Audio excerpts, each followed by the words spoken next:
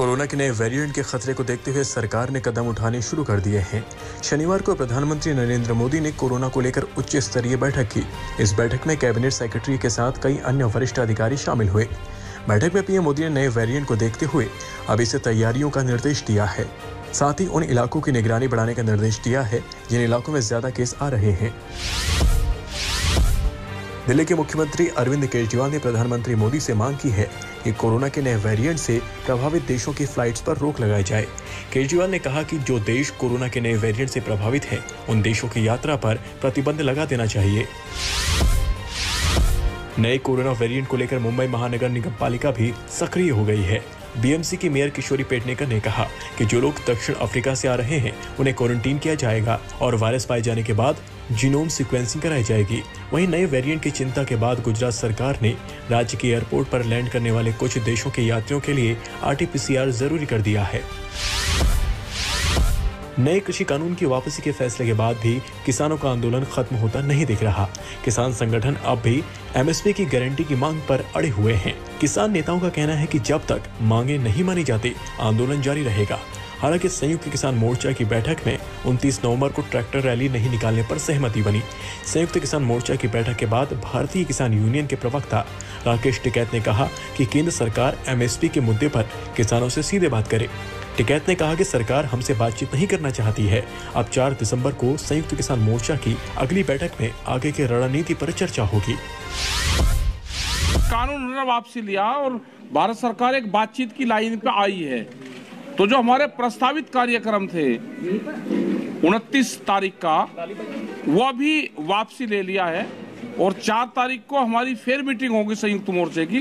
तो उसमें आगे प्रोग्राम हम तय करेंगे कि आगे प्रोग्राम कैसे करना है, क्योंकि 4 तारीख तक जो 3 कानून हैं ये भी हाउस में आ जाएंगे और उम्मीद है कि इस पे ये वहां से रिफ्यूल हो जाएगा। 29 नवंबर को संसद के शीतकालीन सत्र से पहले सरकार ने आज सर्वदलीय बैठक बुलाई है। सुबह 11:30 बजे सर्वदलीय बैठक बुलाई गई है। इसके बाद शाम 4 बजे NDA के फ्लोर के नेताओं की बैठक होगी। उधर शीतकालीन सत्र में सरकार को घेरने के लिए विपक्ष भी तैयारी में जुटा हुआ है। कांग्रेस ने 29 नवंबर को सुबह 10 बजे विपक्षी दलों की बैठक बुलाई है। कांग्रेस समेत विपक्षी दल किसानों, महंगाई समेत तमाम मुद्दों पर केंद्र सरकार को घेरने की तैयारी कर रहे हैं। मुंबई के कुर्ला इलाके में रेप के बाद लड़की की हत्या का मामला सियासी तूल पकड़ता जा रहा है।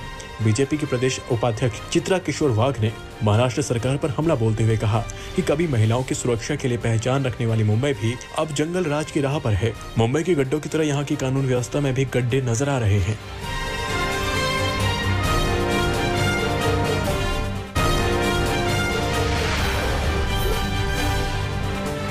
जिन्ना के बहाने योगी आदित्यनाथ ने अखिलेश यादव पर एक बार फिर हमला बोला। यूपी के गोंडा में एक सभा को संबोधित करते हुए योगी आदित्यनाथ ने कहा, जो दंगाई हैं वो जिन्ना के अनुयायी हैं। मायावती और अखिलेश यादव पर निशाना साधते हुए सीएम योगी ने कहा कि बुआ और बबुआ को विकास करने से किसने रोका था। ये लोग भाई भतीजावाद में व्यस्त रहे। जो काम यूपी में अब हो रहा है वो पहले हो सकता था। जिन आतंकवादियों ने मर्यादा पुरुषोत्तम भगवान श्री राम की जन्मभूमि पर हमला किया था, उन आतंकवादियों के मुकदमों को बड़ी बेशर्मी के साथ पिछली सरकारों ने वापस लेने का कार्य करने की शरारत रची थी।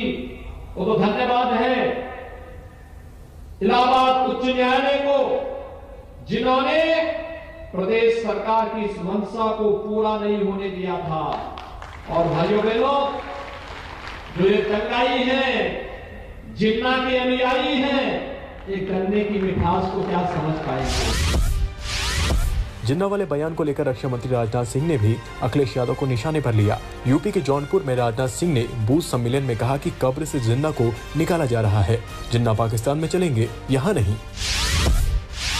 क्या जरूरत है जिन्ना को लाने की? कहाँ जिन्ना है? किस कब्र से आपने निकाला है? किस बोतल में बंद करके उनको आपने निकाला? क्या जरूरत है भाइयों? जिन्ना पाकिस्तान की जनक हो सकते हैं, भारत की जनक कभी जिन्ना नहीं होगा। कांग्रेस महासचिव प्रियंका गांधी ने महोबा की प्रतिज्ञा रैली में बीजेपी सरकार पर निशाना साधा। प्रियंका गांधी ने कहा कि बुंदेलखंड के संसाधनों पर बुंदेलखंड के लोगों का हक है। कांग्रेस महासचिव ने आरोप लगाया कि प्रधानमंत्री मोदी, मुख्यमंत्री योगी सबने बुंदेलखंड को छला है। खाद के चलते बुंदेलखंड में किसान आत्महत्या कर रहे हैं। बीजेपी नई खनिज नीति किसानों की दुर्दशा, किसानों की समस्या पर कुछ नहीं कर पाई। बेरोजगारी, महंगाई के चलते बुंदेलखंड का बुरा हाल हो गया है। पंजाब कांग्रेस के अध्यक्ष नवजोत सिंह सिद्धू ने शिरोमणि अकाली दल के प्रमुख सुखबीर सिंह बादल के आरोपों पर पलटवार किया। सिद्धू ने कहा कि डीजीपी से मिलकर पुलिस पर दबाव बनाने वाली बात को अगर बादल साबित कर दें तो मैं राजनीति को अलविदा कह दूंगा। नवजोत सिंह सिद्धू ने ट्वीट में लिखा कि मैं राजनीति छोड़ दूंगा अगर सुखबीर सिंह बादल ये साबित कर दें कि मैंने कभी पंजाब के उन नए डीजीपी के साथ बंद कमरे में कोई बैठक की है जिन्होंने 2015 में निर्दोष सिख लड़कों को अवैध रूप से हिरासत में लिया।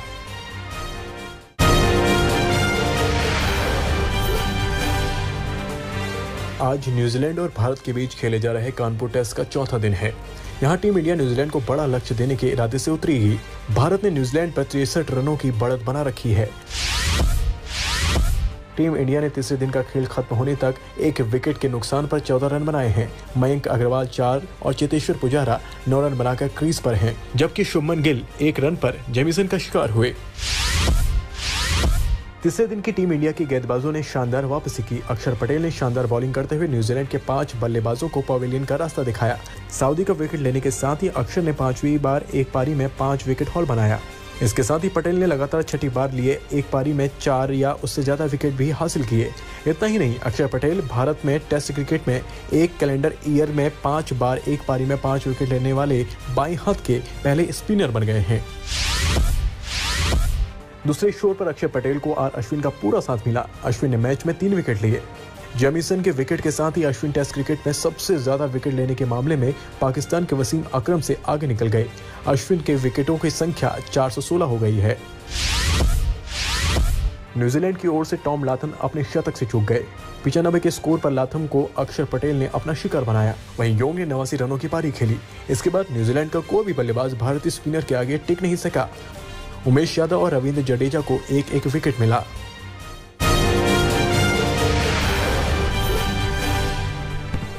दक्षिण अफ्रीका से राष्ट्रपति सिरिल रामाफोसा ने कोरोना के नए वेरिएंट ओमिक्रॉन को लेकर वायरस कमांड काउंसिल की बुलाई बैठक। नए वेरिएंट पर दुनिया की चिंता और यूरोपीय देशों के दक्षिण अफ्रीका, नामीबिया, जिम्बाब्वे और बोत्सवाना पर यात्रा प्रतिबंध लगाए जाने के बीच हो रही बैठक मानी जा रही है अहम। दक्षिण अफ्रीका में कोरोना के नए वेरिएंट को देखते हुए ऑस्ट्रेलिया में सख्त यात्रा पाबंदियां लागू। दक्षिण अफ्रीका और उसके 9 पड़ोसी देशों से गैर ऑस्ट्रेलियाई नागरिकों के आने पर रोक। दक्षिण अफ्रीका से लौटने वाले ऑस्ट्रेलियाई लोगों को 14 दिन रखा जाएगा क्वारंटीन। सोलोमन की राजधानी में सरकार विरोधी हिंसक प्रदर्शन में अब तक 3 लोगों की मौत। ऑस्ट्रेलियाई पुलिस ने हिंसा रोकने के लिए सैकड़ों लोगों को किया गिरफ्तार। ताइवान से राजनयिक रिश्ते तोड़ने और चीन से दोस्ती के खिलाफ सोलोमन में भड़की हिंसा। चीन और नॉर्थ कोरिया से बढ़ते टकराव के बीच जापान के प्रधानमंत्री फूमियो किशिदा ने रक्षा तंत्र को अभूतपूर्व शक्तियां दी। अब जापानी सेना को युद्ध के फैसले खुद लेने की मिली छूट। पीएम किशिदा ने ओसाका गैरिसन बेस पर पहुंचकर लिया पेट्रोलिंग का जायजा। कनाडा के प्रधानमंत्री जस्टिन ट्रूडो ने बाढ़ से प्रभावित ब्रिटिश कोलंबिया का किया दौरा। बाढ़ में नुकसान का सर्वे करने के लिए कमेटी का किया गठन। भीषण बाढ़ में हजारों लोग हुए बेघर। अब तक 4 की जान गई।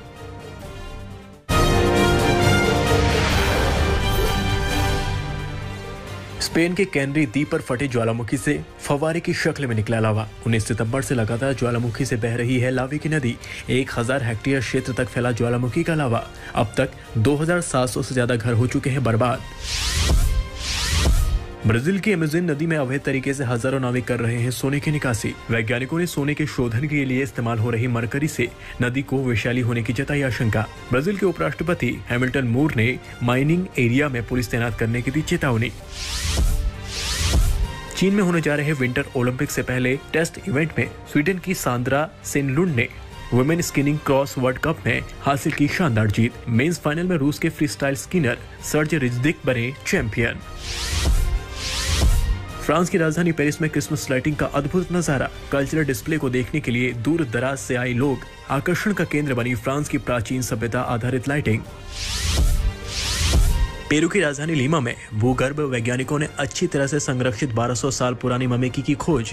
मम्मी को दफनाने में दुर्लभ धातुओं का किया गया इस्तेमाल। पेरू की प्राचीन चेकला सभ्यता को समझने में मिलेगी काफी मदद।